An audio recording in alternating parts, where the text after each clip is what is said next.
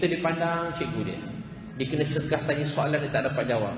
Tapi dia ada hormat dengan cikgu dia cakap. Dia catat. Saya tengok budak macam ni, tahu saya kata apa? Budak ni satu hari nanti dia akan berjaya dalam hidup dia. Tapi ada orang dia, mungkin dia cerdik, mungkin dia tak cerdik, tapi dia tak ada sifat hormat, adab dalam majlis, dia tak boleh berjaya dalam hidup. Saya sampai sekarang kalau jumpa cikgu-cikgu, ustaz saya, abang, kakak, abang tahu apa jadi? Saya duduk tahiyat awal. Saya tak berani nak pandang muka kawan sebelah saya. Sampai sekarang saya jumpa ustaz saya, kalau jumpa tengok saya susah, badan saya dah besar sikit. Saya duduk depan ustaz, saya duduk tahiyat awal. Kalau 2 jam, saya penat, saya tukar tahiyat akhir. Saya pandang muka ustaz saya. Saya dengar, saya angguk, saya dengar. Kerana cakap tu saya berulang-ulang, penat saya dengar, tapi saya angguk, saya dengar. Sebab bagi saya yang lebih utama dalam hidup ni adab. Kalau mak ayah saya cakap pun saya pandang muka dia. Saya tak tengok handphone, saya pandang muka dia.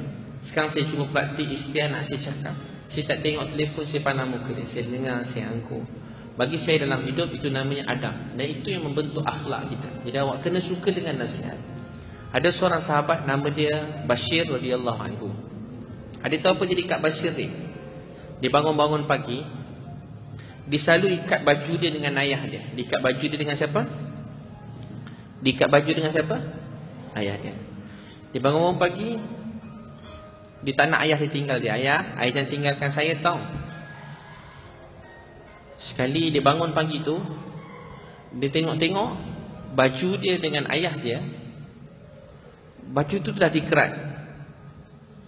Ayah dia dia bangun pagi, ada kesan ayah dia dah potong baju tu. Abang, pandang ustaz, dia potong baju tu. Bila dia potong, dia pun bangun, dia pergi cari ayah dia. Dia cari ayah dia, dia tak nampak ayah dia. Tiba-tiba dia tahu apa jadi.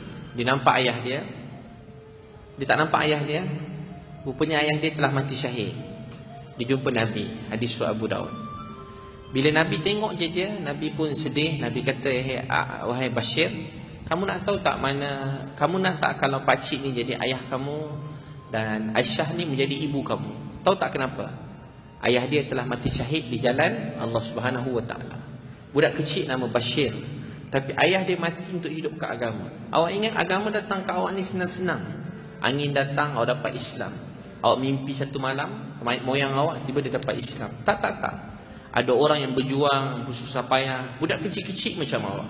Ada tahu tak dalam satu peperangan, Abdul Rahman bin Auf, masa peperangan Badar, musuh ramai 1000 orang, orang Islam 313 orang. Tiba adik, ada seorang budak kecil macam awak datang sebelah. Pedang tu besar pada dia lagi. Budak-budak kecil, ada setengah budak tu, pedang tu lagi panjang pada dia. Dia datang sebelah Abdul Rahman bin Auf. Dia kata, Pakcik kenal tak mana Abu Jahal? Pakcik kenal tak mana Abu Jahal? Kenapa nak? Abdul Rahman bin Auf tu sedih. Aduh, budak kecil pula duduk sebelah aku. Pakcik kenal tak Abu Jahal? Kenapa nak? Mak saya kata, Abu Jahal ni selalu sakitkan Nabi. Abu Jahal ni selalu buat jahat kat Nabi. Hari ni saya akan bunuh dia. Ini hari peperangan, hari perang. Kita orang Islam berdakwah kasih sayang. Perang ni tak ada, kita tak ada perang-perang macam zaman Nabi. Perang ni jalan paling akhir, faham tak? Kita buat dakwah dengan apa? Kasih sayang, akhlak. Tapi dulu orang nak bunuh orang Islam. Hari-hari orang Islam mati. Satu hari Allah perintahkan perang. Jadi perang ni bukan boleh suka-suka. Allah tak boleh suka nak pergi berperang, tak boleh, salah, berdosa. Bila perintah Allah, ulama-ulama bincangkan tak ada jalan lain, perang jalan, tu baru berperang. Kalau tak boleh berperang suka-suka. Ada tahu tak apa jadi ni? Budak ni kata, Pakcik, nanti saya nak bunuh Abu Jahal. Datang satu budak kecil macam awak datang sebelah sini. Pakcik, kenal tak Abu Jahal? Kenapa nak? Pak, hari ni dia selalu buat Nabi sedih, sakitkan Nabi. Hari ni saya nak bunuh dia. Budak kecil kiri kanan dia. Dia ingat budak kecil ni tak kuat. Tiba-tiba dia, Abdul Rahman bin Auf nampak Abu Jahal. Dia saja je cakap, bukan nak suruh buat apa-apa. Tu Abu Jahal, dia terus berlari ni, musuh punya ramai. Dia berlari. Dia potong kaki kuda Abu Jahal. Kuda tu jatuh. Datang budak seorang lagi, dia berlari, dia lukakan kaki Abu Jahal. Abu Jahal terus terjatuh. Tadi kuda jatuh, sekarang Abu Jahal pula jatuh. Datang satu orang bunuh Abu Jahal. Budak yang seorang tadi, dia tengah, musuh ramai, dia celah-celah musuh. Tiba satu orang telah potong tangan budak tadi. Budak tu kecil macam awak, tangan dia terpotong. Dia ambil tangan tu, digantung kat belakang dia. Tergantung-gantung. Lepas tu tiba datang orang, Dia takut lagi dia nak lawan. Dah sikit dia pijak kaki tangan tu kat kaki dia. Dia pijak, dia ambil tangan tu, dia lambung. Dia kata tangan ni melambatkan saya. Dulu budak-budak kecil macam awak, sayang Islam, hidupkan Islam, nak hidupkan agama. Tapi hari ni apa jadi ke anak-anak macam awak? Apa dia buat sekarang? Anak-anak kurang hidupkan Islam, kurang berdakwah. Ada seorang budak nama A'la radhiyallahu anhu. Siapa nama dia ni? Dia pergi masjid, dia tengok semua pegang tangan ayah, dia seorang tak pegang. Umi, mana ayah saya? Dia tak pernah jumpa ayah dia. Dia teringin, dia rindu nak jumpa ayah dia. Dia kata ayah kamu sedang, dia tak dapat jawab. Umi dia nangis. Satu hari umi dia ditanya kat satu orang, tanya kat Nabi. Nabi beritahu ayah kamu tunggu kamu dalam syurga. Dia kurang begitu. Dia dengar, dia pun nangis dia. Ada tahu apa jadi? Dia gembira, dia tahu ayah dia tunggu dalam syurga. Satu hari Nabi nak pergi berdakwah, nak ikut Nabi. Tiba-tiba saya ringkaskan dalam perjalanan dakwah tu, ada orang nak lembing Nabi. Dia bangun, dia lompat tinggi-tinggi. Lembing tu kena kat dada dia. Dia jatuh kat kaki Nabi SAW. Masa dia jatuh, dia meninggal dunia. Sebelum meninggal dia kata, ya Rasulullah, sampaikan salam saya pada Umi. Beritahu kat Umi saya dan ayah dia menanti dia dalam syurga. Sebelum tu dia nak pergi, Umi dia tak bagi. Umi dia kata dulu ayah kamu pergi, ayah kamu balik, Umi tengah mengandung 3 bulan.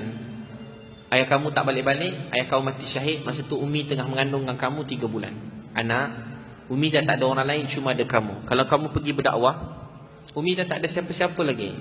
Dia menangis. Dulu budak-budak kecil menangis sebab tak dapat berdakwah. Dulu anak-anak macam awak menangis kalau tertinggal semain jemaah.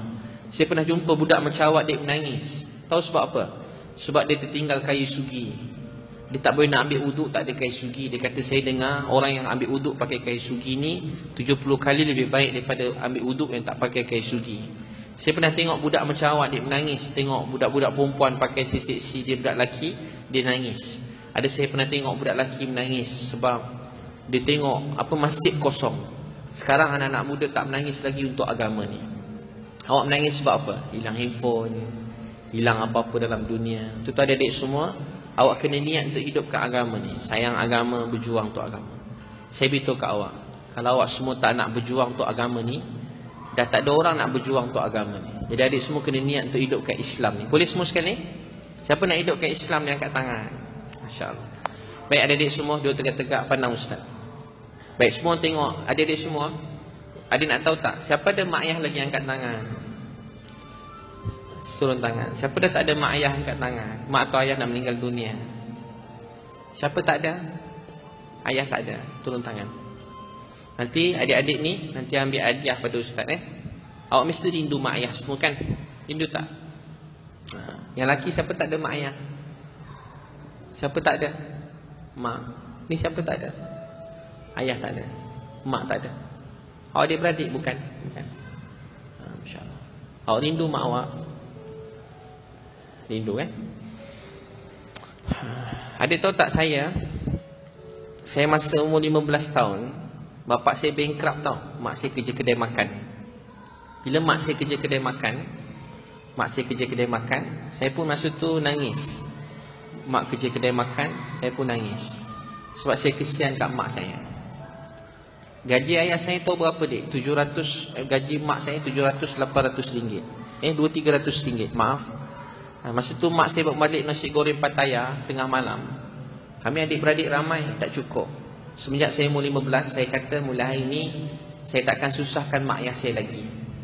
Saya tak minta duit mak saya, ayah saya pada umur 15 tahun. Saya sedih kalau tengok awak suka susahkan mak ayah, minta macam-macam pada dia. Awak tak kesian ke mak ayah awak? Awak tak sayang ke dia? Saya kesian kat mak saya. Saya semenjak tu tak minta duit pada mak. Umur saya 15 tahun, tingkatan 3. Saya pergi belajar jauh-jauh dia, saya tak minta duit mak ayah saya. Saya ingat saya bawa baldi, daftar sekolah. Saya seronok saya tak susahkan mak ayah saya. Cikgu tanya macam mana nak bayar yuran.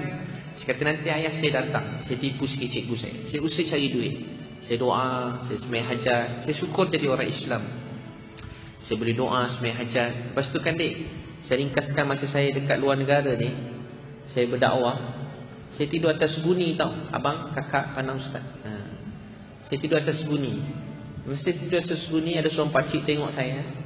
Dia menangis. Dia pandang saya. Abang pandang ustaz. Dengar ustaz cakap terima kasih. Dia bagi saya apa tau? Dia bagi saya guni. Saya tidur atas guni, dia bagi saya alas tidur. Sampai sekarang saya simpan alas tidur tu, saya rasa terhutang budi. Saya rasa terhutang budi. Jadi saya ingat saya tengah sejuk, pakcik tu bagi saya selai kain. Sampai sekarang saya simpan kain tu. Saya rasa terhutang budi. Bila hari-hari saya tulis kat surat kat mak ayah saya, "Ma, ebik sayang ma, ebik sayang ayah. Ma, I love you. Ayah, I love you." Hari saya tulis, "Ma, ayah, I love you." Saya tulis I love you. Saya balik dek, saya pergi kerja tau, pergi mencari kerja kat KL ni. Susah. Saya interview banyak tak dapat. Sampai sekarang saya ingat. Itulah kehidupan dek. Masa tu rasa susah sangat. Ada tempat tu saya bawa saya punya resume, itu resume. Saya punya kelulusan semua sekali. Tiba orang tu ambil saya punya resume tu, dia ambil, dia campak dalam tong sampah. Dia baling tong sampah. Sampai sekarang saya ingat. Saya pergi saya kutip. Dia kata, kutip tu sampah je semua sekali. Macam tu resume. Saya cakap kat dia, mungkin isi dia sampah sebab saya bodoh, saya tak pandai. Tapi kertas ni saya putus state, saya pinjam duit orang. Saya datang pinjam duit orang. Saya tak kisah saya tak dapat kerja. Tapi kertas tu sangat mahal untuk saya. Kalau abang tuan tak nak, saya boleh bagi ke orang lain minta kerja kat tempat lain. Saya nak putus state tu pinjam duit orang. Saya tidur kat masjid.